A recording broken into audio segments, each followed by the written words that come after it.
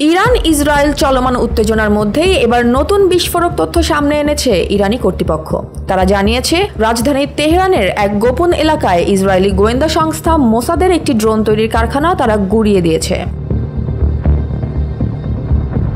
ইরানের সরকারি বার্তা সংস্থা IRNA জানিয়েছে, তেহরান ও আলবুর্জ প্রদেশ জুড়ে চালানো অভিযানে আটক করা হয়েছে 2 সন্দেহভাজন। পুলিশের মুখপাত্র সাইদ মন্তাজের আল মেহেদি জানিয়েছেন, রেই কাউন্টির ফাশাফুয়ে এলাকায় অভিযান চালিয়ে এসব তথ্য সামনে আনা হয়েছে। এই অভিযানে উদ্ধার হয়েছে 200 কেজিরও বেশি বিস্ফোরক, 23টি ড্রোনের যন্ত্রাংশ, লঞ্চার সহ নানা রকম কারিগরি সামগ্রী। এমনকি উদ্ধার হয়েছে অভিযানে ব্যবহৃত একটি নিসান পিকআপ ট্রাকও। ইরানি নিরাপত্তা বাহিনী দাবি করছে, মোসাদ দেশের ভেতরে ছোট আকারের বিস্ফোরকবাহী ড্রোন দিয়ে হামলার পরিকল্পনা করছিল, যার টার্গেট ছিল কৌশলগত স্থাপনা।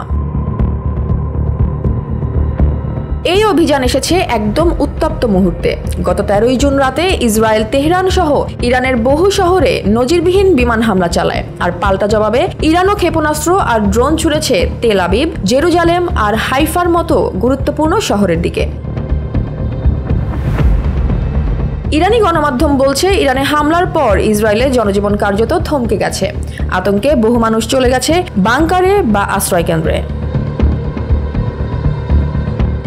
মধ্যপ্রাচ্যে উত্তেজনার পারদ যেখানে রোজ বাড়ছে, সেখানে এমন একটা অভিযান পরিস্থিতিকে নিয়ে যাচ্ছে আরও গভীর সংঘাতের দিকে।